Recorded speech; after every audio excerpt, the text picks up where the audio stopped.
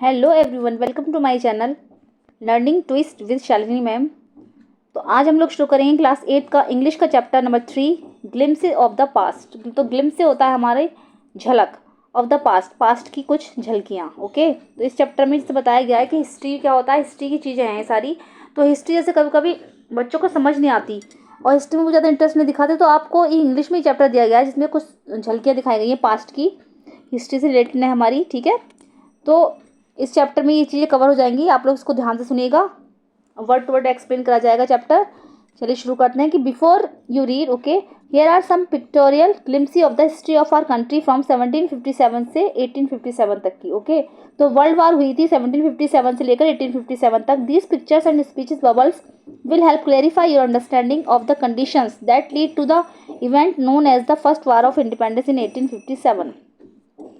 तो जो 1857 जो थी फर्स्ट वार हुई थी इंडिपेंडेंस की 1857, तो इसमें पिक्चर्स के माध्यम से आप लोगों को ये बताया गया है कि और क्लेरिफाई किया गया है, और जिससे कि आपको अंडरस्टैंड हो सके चीज़ें आसानी से। कंडीशंस जो दी थी उसमें, तो क्या क्या कंडीशंस थी वो सब आपको समझाया गया है, जिससे आपको सब कुछ पता चल सके। ठीक है, तो कॉमिक्स की तरह से ये बिल्कुल स्टोरी है।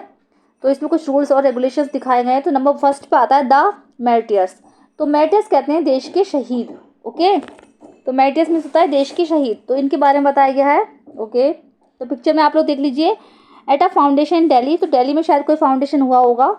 तो यहाँ पर आपको दिख रहा है कि लता मंगेशकर जी सॉन्ग प्ले कर रही हैं, गाना गा रही हैं। ठीक है, और ये बैठे हैं, कौन बैठा है, जवाहरलाल नेहरू बैठे हैं ये हमारे।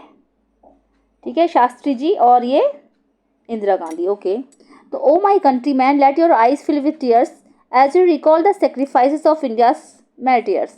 तो बहुत ही अच्छे शब्दों में ये गाना है। हिंदी का जो आपको पता ही है, वो इंग्लिश में प्ले करा गया है। तो बहुत इजी वर्ड्स हैं। ओ माई कंट्री मैन मतलब ए मेरे वतन के लोगों, ज़रा आँख में भर लो पानी, जो शहीद हुए हैं उनकी ज़रा याद करो कुर्बानी। ये वही वाला सॉन्ग चल रहा है। ओके, चलिए आगे बढ़ते हैं। और यहाँ पर जो पिक्चर्स में कुछ फ्रीडम फाइटर्स दिखाए गए हैं। ठीक है, तो उनके बारे में आपको बता देते हैं। सबसे पहले तो आप पहचान लोगे, जवाहरलाल नेहरू हैं, पंडित जवाहरलाल नेहरू। सेकंड ये महात्मा गांधी। ठीक है, सुभाष चंद्र बोस, भगत सिंह, लाला लाजपत राय, बाल गंगाधर तिलक। ओके, फिर ये रानी लक्ष्मीबाई हैं, और इधर साइड में जो हैं ये हैं कौन से, ये वो है बहादुर शाह जफर, बहादुर शाह जफर थे। ठीक है, मुगल एम्परर थे बहादुर शाह जफर। ठीक है, तो ये सब पहचान लेंगे आप, कौन कौन हो गए, पंडित जवाहरलाल नेहरू, ठीक है, महात्मा गांधी, सुभाष चंद्र बोस, भगत सिंह, लाला लाजपत राय, बाल गंगाधर तिलक, रानी लक्ष्मीबाई और ये बहादुर शाह जफर। ओके, ठीक है, चलिए आगे बढ़ते हैं। सेकंड पे आता है the companies conquest. Okay, company के कॉन्क्वेस्ट जो थे, तो 1757 से 1849 तक चला था ये। With its superior weapons, the British East India Company was extending its power in 18th century India। तो विद इट्स सुपीरियर वीपन्स, उनके पास बहुत सारे हथियार थे, सुपीरियर थे। तो एक कंपनी थी ईस्ट इंडिया कंपनी, उसके बारे में बात हो रही है। तो ईस्ट इंडिया कंपनी आई थी, ब्रिटिश कंपनी थी ईस्ट इंडिया कंपनी, वो वहाँ पर आई थी। तो विद इट्स सुपीरियर वीपन्स उनके पास थे, the British East India Company was extending its power. तो ईस्ट इंडिया कंपनी जो थी वो अपनी पावर 18th सेंचुरी में बहुत ज़्यादा बढ़ा चुकी थी, बहुत बढ़ा रही थी। इंडिया में 1765 का है ये। तो इंडियन प्रिंसेस, येलो से इंडियन प्रिंसेस है ये जो पर्पल सा है ब्रिटिश है, ब्रिटिश टेरिटरी थोड़ी सी थी देखो, और इंडिया में ज़्यादा था। Okay, Indian princes were short sighted. ठीक है, दैट अपस्टार्ट राजावा call the English merchants. Upstart जो शुरू हुआ था राजावा से हुआ था, कॉल द इंग्लिश मर्चेंट, जो कि इंग्लिश व्यापारी था। They will help me to defeat him, आप उसे हराने में मेरी मदद करो। The people had no peace due to such constant fights. People के जो लोग थे ना, लोगों के पास शांति नहीं थी, इस कांस्टेंट फाइट से लगातार लड़ने के लिए शांति नहीं थी, और लगातार फाइट चली जा रही थी। The rivalries help the East India Company and it would easily subdue Indian princes one by one.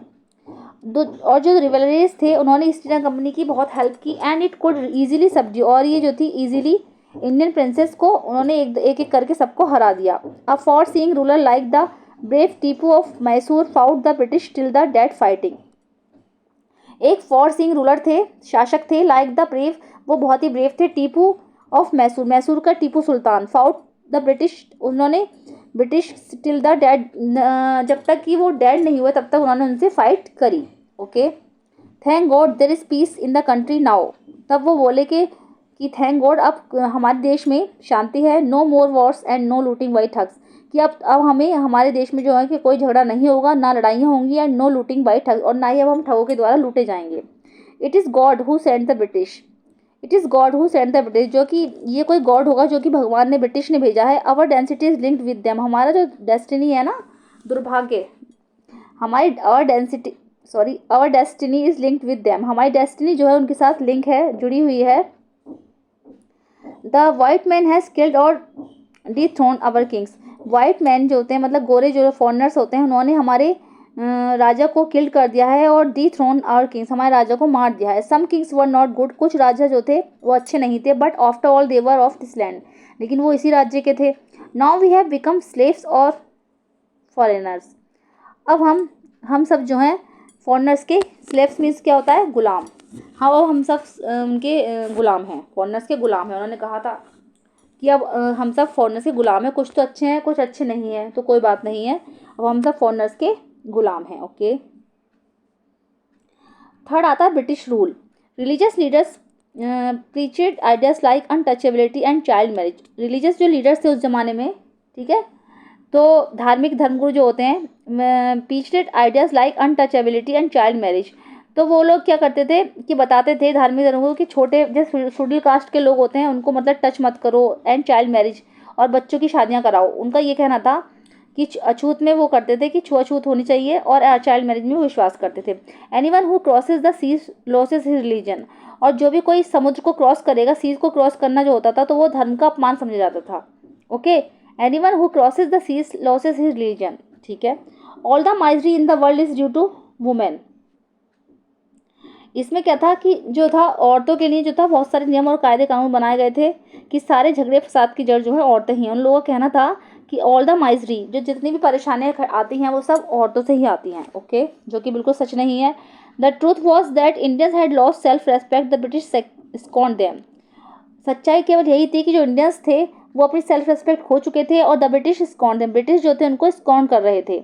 The natives are unworthy of trust, incapable of honesty, the natives are जो अनवर्थी ऑफ ट्रस्ट, वो बिल्कुल भरोसे के लायक नहीं थे। Natives जो थे incapable of honesty, और वो जो थे ऑनेस्टी में इनकेपेबल हो चुके थे। ठीक है, true your honour but I am honest, कि सही कह रहे हो योर ऑनर, पर अब मैं ऑनेस्ट हूँ। Being merchants the British wanted quick profits, व्यापारियों के अलावा the British wanted quick profits, जो ब्रिटिश लोग थे वो क्विक प्रॉफिट्स चाहते थे। Their heavy taxes force farmers to abandon their fields, और तब उन्होंने क्या करा था, ब्रिटिश सोचते थे कि हमें ज़्यादा से ज़्यादा फ़ायदा हो, तो उन्होंने जो था उनकी जो ज़मीन थी फार्मर्स की उस ज़माने में, तो उस पर उन्होंने टैक्स लेना शुरू कर दिया था। But your man are taking all my crop, लेकिन आपके आदमी तो मेरी सारी फसल ले रहे हैं। You are still in arrears, if you don't pay next week I will send you to jail. You are still in arrears, कि तुम एरियर्स में रहो। Okay, if you don't pay next week, अगर तुम अगले हफ्ते ये टैक्स पे नहीं करोगे तो I will send you to jail, तो मैं तुम्हें जेल में भेज दूंगा। ब्रिटिश का कोई फॉरनर जो था उन गरीब किसानों से बोला, तो वो लोग किसानों से टैक्स लेते थे। Still the British invented other methods which give them more profits, उसके बाद भी ब्रिटिश ने बहुत सारे मेथड्स इन्वेंटेड किए विच गिव देम मोर, जिससे कि उनको ज़्यादा से ज़्यादा प्रॉफिट्स हो सके। The goods manufactured in England should not have any import duty when brought in to India, goods manufactured, सामान जो वहाँ पर मैन्युफैक्चर्ड होता था इंग्लैंड में, शुड नॉट हैव एनी, उस पर कोई भी इम्पोर्ट ड्यूटी नहीं लगाई जाती थी जो कि इंडिया के लिए खरीदा जाता था। A good idea, the East India Company's laws began to cripple Indian industries, तो ईस्ट इंडिया कंपनी ने क्या करा था, उसने जो थे ऐसे ऐसे लॉस बनाए थे जिसने कि इंडियन इंडस्ट्रीज को क्रिपल करना शुरू कर दिया था। ओके, समझ में आ ही रहा होगा आप लोगों के चैप्टर। तो the British policies ruled the expert artisan and their business, British policies जो थी वो ruled the expert artisans and their business, inability, sorry ये नीचे रह गया है, इन इनविटेबली फेमिस फॉलोड बिटवीन 1822 से 1836 तक 15 lakh Indians dead of starvation, 15 lakh जो इंडियंस थे वो स्टारवेशन के कारण डेड हो चुके थे। स्टारवेशन मतलब भूख की वजह से, उनको खाना नहीं दिया जाता था, उनसे पहले टैक्स लिया जाता था, टैक्स नहीं देते थे वो उनको, तो उनको जेल में डाल दिया जाता था और वहाँ पर उनको खाना नहीं दिया जाता था, जिससे उनकी मौत हो जाती थी स्टारवेशन की वजह से। The British policies ruled the expert artisans and their business, British policies जो थी उनके उनके इंडिया के जो लोग थे उनके बिजनेस को खा चुकी थी, बिल्कुल उसको बर्बाद कर दिया था बिल्कुल उन्होंने, और इंडियंस जो थे वो बिल्कुल बर्बाद हो चुके थे। ओके, ठीक है। अब आता है राम मोहन रॉय। तो 1772 से लेकर 1833 तक चला था ये। तो Ram Mohan Roy a learned man from Bengal understood what was wrong with the country. Ram Mohan Roy जो थे एक पढ़े लिखे आदमी थे बंगाल के। Understood that was wrong with the country, और वो समझ चुके थे कि इस देश में क्या गलत हो रहा है।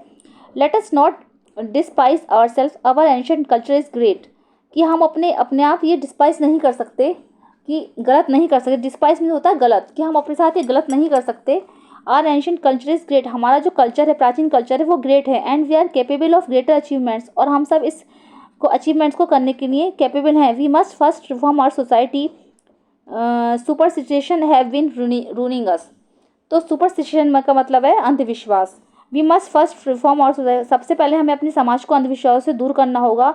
हैव बीन रनिंग अस, जो कि हमारे समाज में बहुत बुरी तरीके से दौड़ रहे हैं। Okay, he told his wife Uma, उन्होंने अपनी पत्नी उमा को बताया कि cows are of the different colours, की गाय जो होती हैं डिफरेंट कलर्स की होती हैं, but the colour of their milk is the same, लेकिन इनके जो दूध का कलर है वो सेम होता है। Different teachers have different opinions but the essence of every religion is the same. इसी तरीके से धर्म के जो गुरु होते हैं तो डिफरेंट टीचर्स का डिफरेंट ओपिनियंस होता है, लेकिन उनका जो धर्म का उनका जो एसेंस है हर धर्म का सेम है। मतलब धर्म जो है हमें कभी बुरा नहीं चाहता किसी का भी, वो सबको एक ही समान समझता है, उन सबका ओपिनियन अलग अलग होता है। He was attract by science and modern knowledge, he was attract by science and modern knowledge, वो उन्होंने साइंस और मॉडर्न नॉलेज के प्रति सबको अट्रैक्ट किया। Knowledge should be practical and scientific, उन्होंने बोला था कि नॉलेज जो है वो प्रैक्टिकल और साइंटिफिक होनी चाहिए।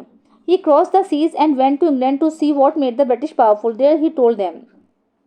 उन्होंने क्या करा था कि समुद्र को, सीज को क्रॉस किया, जबकि पहले जो धर्मगुरु थे वो बताते थे कि सी को क्रॉस करेगा तो वो धर्म का अपने अपमान करेगा, वो जाना मना था। लेकिन उन्होंने क्या करा था, ही क्रॉस द सीज, उन्होंने सीज को क्रॉस किया and went to England to see what made the British, और वो इंग्लैंड गए ये देखने के लिए कि ब्रिटिश को पावरफुल कौन बनाता है। देयर ही टोल्ड देम, और तब उन्होंने बताया, we accept you as a rulers, कि हम तुम्हें एक रूलर्स की तरह एक्सेप्ट करते हैं, and you must accept us as subject, और आप हमें एक सब्जेक्ट लेकर उसे एक्सेप्ट कीजिए, मतलब समझिए कि हम तुम्हारे किसी फ़ायदे के हैं। But you must remember the responsibility ruler ओस टू हिज सब्जेक्ट्स, लेकिन आप एक शासक होने के नाते ये याद रखिए कि आपकी शासक होने के प्रति कुछ जिम्मेदारियां हैं, राजा होने के प्रति उनको शिक्षा से निभाइए। Okay, he started newspapers but the suspicious British stopped them in 1823, उन्होंने एक न्यूज़पेपर भी स्टार्ट किया था बट द सस्पिशियस, लेकिन जो सस्पिशियस ब्रिटिश थे शक होने लगा उनको, और उन्होंने ये रुकवा 1823 में ये रुकवा दिया। ठीक है, वो सस्पिशियस थे कि शायद ये कुछ गलत कर रहे हैं राजा राम मोहन राय, तो उन्होंने उसको भी बंद करा दिया। ओके, चलिए अब नेक्स्ट टॉपिक हम डिस्कस करेंगे नेक्स्ट पार्ट में। मिलते हैं नेक्स्ट वीडियो में। Thank you so much.